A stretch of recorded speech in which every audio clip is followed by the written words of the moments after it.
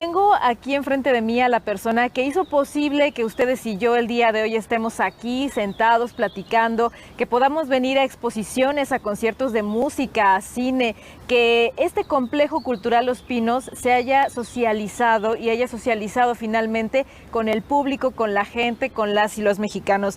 Me acompaña el arquitecto Homero Fernández, es director general del Complejo Cultural Los Pinos, quien en esta primera parte nos va a platicar sobre esta historia y cómo es que llegamos a hacer un complejo cultural de este nivel y pues todos los retos que conllevan.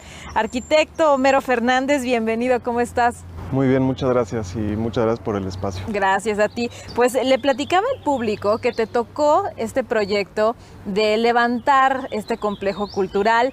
Quisiera que le compartieras al público el reto que fue pues establecer este enorme espacio y decidir abrirlo para el público y no nada más abrirlo, sino ocupar cada uno de los espacios para posibilitar diversas experiencias en este sitio.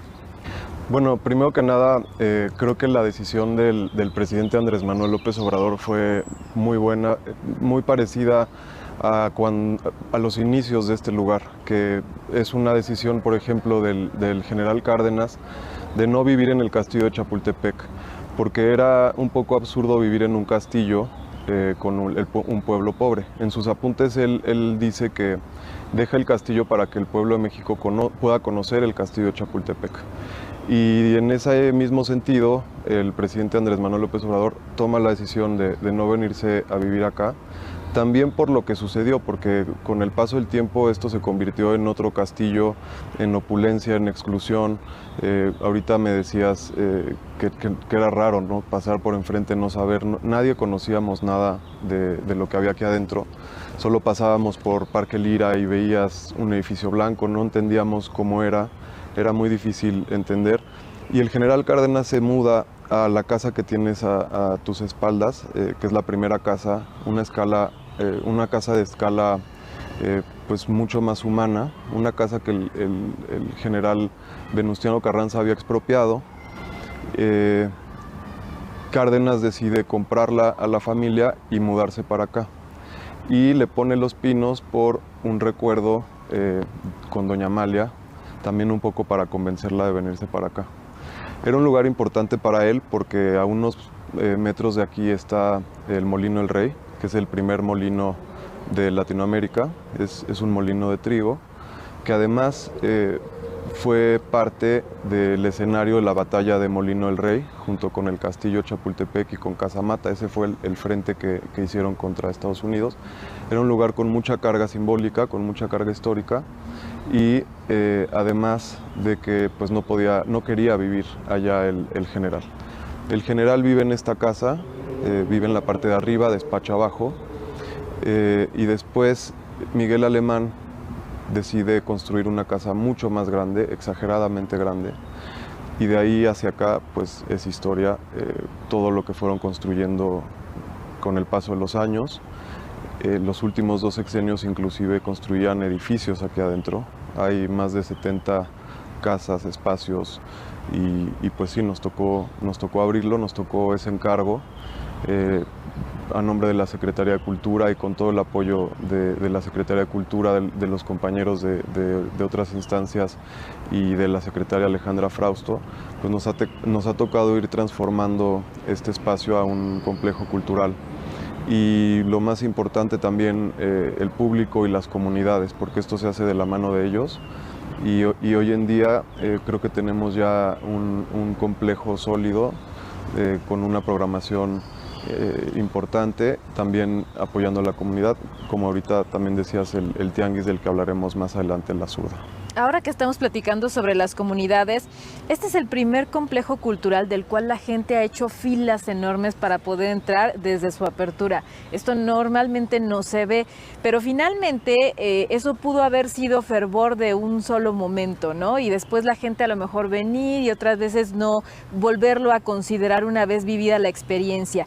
Y las comunidades se generan a través del intercambio, de la dialéctica, del diálogo con las instituciones, con el público, del entendimiento de cuáles son las necesidades sociales, históricas, políticas, culturales de la gente para poder llevar una curaduría de actividades como la que se muestra aquí. ¿Cómo le hacen? Pues como dices, sí hubo filas para entrar, fue impresionante. El primer fin de semana vinieron alrededor de 70,000, 80,000 personas, sí había filas para entrar. El expresidente Peña Nieto se fue el 30 de noviembre a las 11 de la noche. Tuvo su última cena aquí en Casa Lázaro Cárdenas con el rey de España y nosotros estábamos en el bosque de Chapultepec, atrás de los arbustos, esperando que se fueran. Se fueron en helicóptero y en 18 Suburbans y en cuanto se fue, pues entramos pues para pensar cómo sería el recorrido. Estábamos un poco nerviosos de que la gente fuera a meterse a las casas, que fuera a, pues no sé, quizá vandalizar, nos imaginábamos muchas cosas. El presidente Andrés Manuel nos dijo, ustedes abran, no va a pasar nada, y no pasó nada, la gente se portó siempre muy respetuosa.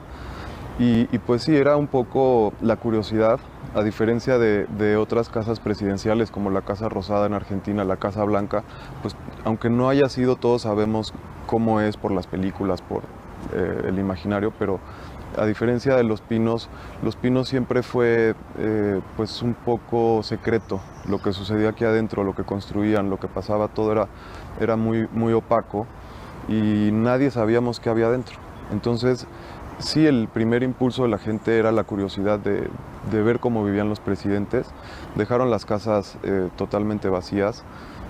Era muy impresionante llegar y ver todo vacío, nunca haberlo visto, de muy mal gusto también.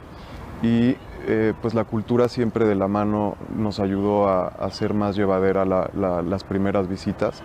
Tuvimos, gracias al apoyo de la Secretaría de Cultura, del Sistema Nacional de Fomento Musical, de la Orquesta Escuela Carlos Chávez, tuvimos alrededor de 400 músicos durante el primer mes de apertura y estaban en todos los rincones. Entonces tú ibas dando la vuelta y te encontrabas un grupo de marimberos y te iban acompañando. Además empezamos ya desde ese momento a programar y de ahí pues empezamos a diseñar el programa para que la gente que viniera por curiosidad o por morbo se pudiera llevar algo de programación cultural.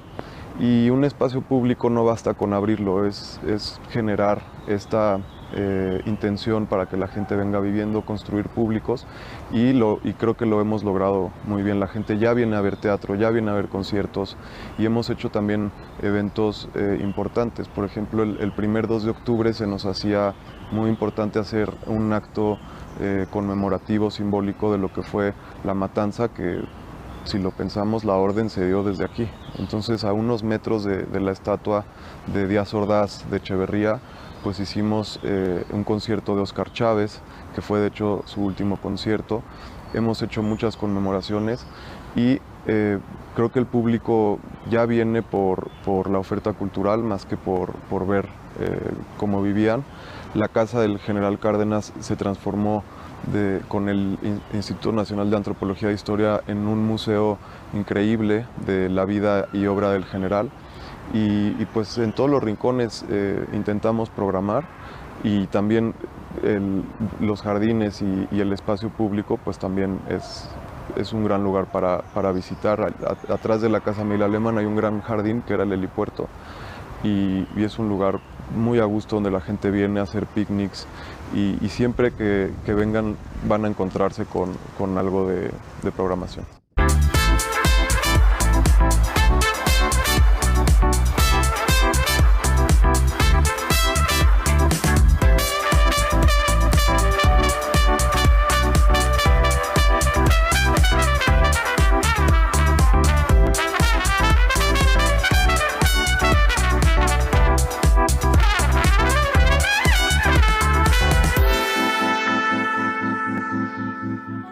Platicar sobre el Tianguis Gráfica La Zurda que se presenta en este complejo cultural Los Pinos. Para ello tengo a Homero Fernández, director general de este complejo, para que nos dé más información. Cuando estaba haciendo pues un paseo breve por estos lugares, me encuentro con el busto de José Vasconcelos. Si recordamos la imagen de José Vasconcelos, un hombre que estableció grandes transformaciones sociales a través del arte, que socializó la mística también de nuestro país, que encontró un país que estaba pues un tanto enojado, un tanto lastimado por revoluciones previas y que consideró al arte como conciliador de la historia de nuestro país, pero también como catalizador de grandes movimientos sociales que hoy siguen a nuestro tiempo.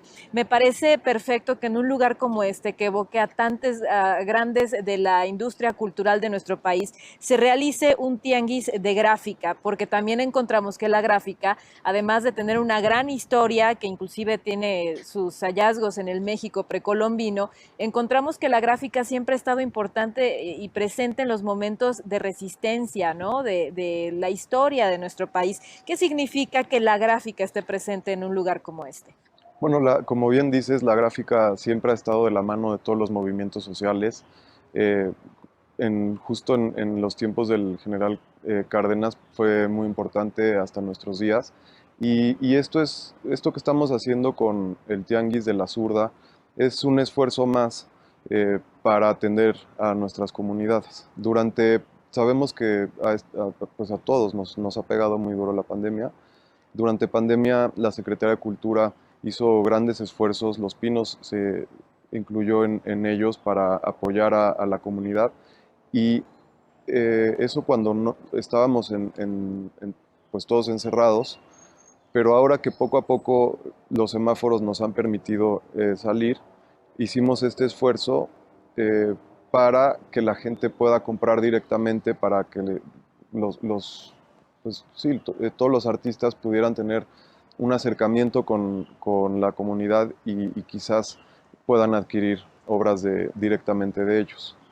Digamos que ya están organizados, la sociedad ya está organizada. Nosotros no estamos inventando el hilo negro, pero sí estamos apoyando a que suceda y les estamos abriendo las puertas para que pues, usen este espacio que ahora es la casa de todos y puedan suceder este tipo de iniciativas. En la gráfica La Zurda hay más de 200 artistas de gráfica, donde pueden encontrar de todo tipo de cosas. Hay colectivos jóvenes, hay también artistas ya más consagrados. Inclusive nosotros inauguramos este año el taller Nación Gráfica, que es un taller también de gráfica, donde estamos dando talleres, cursos, y los propios artistas del Tianguis La Zurda también están organizando talleres donde pues personas de todas las edades pueden tomarlos.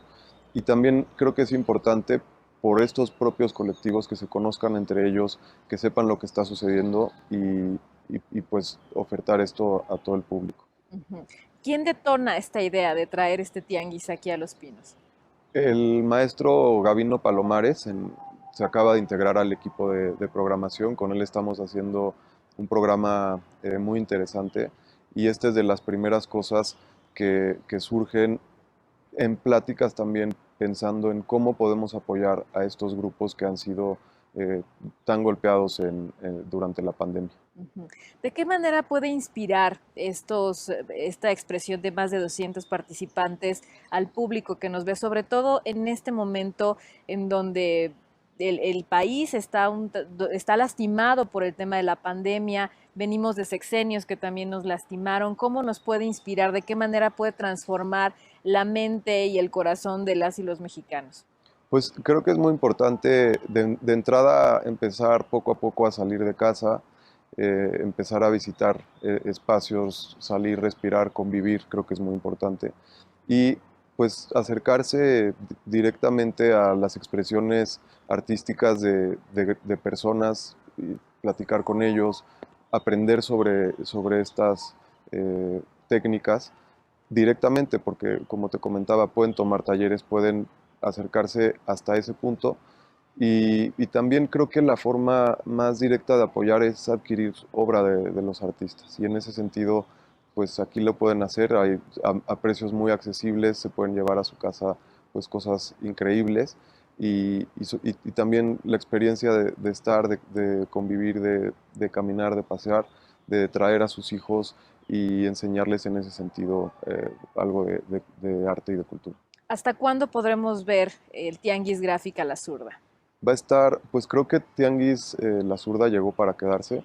Va a estar este fin de semana y el que sigue con gráfica, pero después la idea es que podamos abrir también a otras expresiones y también generar algún tipo de rotación para que más artistas tengan la oportunidad de venir a ofrecer su trabajo y que también se vaya haciendo una costumbre de que la gente pueda venir aquí a adquirir cosas directamente de ellos. Por último, ahora que ya estamos viendo esta realidad del Complejo Cultural Los Pinos, cuando hacemos esta memoria sobre los orígenes, Heidegger hablaba que a veces nos fijamos en el final, pero no en el proceso, y el proceso es el que nos brinda más conocimientos, ¿no? Y nos brinda mejores oportunidades para poder hacer cambios significativos. ¿Qué te llevas de este periodo de trabajo arduo, de esta conciliación con la sociedad en este espacio, de esta recolección de tantos nombres, de tanta gente que está haciendo artivismo y que está trabajando a favor de nuestro país? Pues creo que la experiencia y el honor de haber participado en Los Pinos, pues es algo que me llevaré a la tumba, porque pues el transformar un espacio con esta carga, digo, después del presidente Cárdenas hasta Peña Nieto, pues todos esos presidentes que vivieron aquí, pues son impresentables, son una vergüenza también para nuestra historia. Y la vibra y lo que dejaron aquí, pues el tener la oportunidad de cambiarlo poco a poco a través de cultura, de poderme acercar y de poder conocer, pues sobre todo los esfuerzos de todos los compañeros de la Secretaría de Cultura para aportar algo. Por ejemplo, el Centro Cultural Helénico, con ellos lanzamos una convocatoria increíble donde más de 700 grupos de teatro independiente participaron y al final alrededor de 50 pudimos programarlos aquí y que la gente ya venga a ver ese teatro, o el Sistema Nacional de Fomento Musical que ahora se mudó aquí. La Orquesta Carlos Chávez ya tiene su sede aquí. Entonces ya también ellos a cambio han programado los jardines y gracias al maestro García Barrios, como él dice, los pinos suenan. El sistema de apoyos a la creación, antes FONCA, también se mudó aquí y también muchísima gente está programando. Yo creo que es un esfuerzo colectivo, es un esfuerzo colectivo pues con la intención también de participar en esta transformación del país, una transformación pacífica que va de la mano con la cultura pues el cambiar este símbolo tan importante y tan oscuro a algo tan pues abierto y luminoso, y creo que es una experiencia increíble. Claro, escuchamos los murmullos, las voces de los niños, le da vida a este espacio, ¿no? Finalmente, la gente es libre de venir aquí, disfrutarlo y pasear en compañía de la familia. Muy bien, pues Homero, muchísimas gracias, un gusto platicar contigo, qué honor que nos reciban aquí y por supuesto reiterarle al público que este es un espacio de todos. Arquitecto Homero Fernández, director general del Complejo Cultural Los Pinos, muchísimas gracias. Muchísimas gracias por el espacio y los esperamos.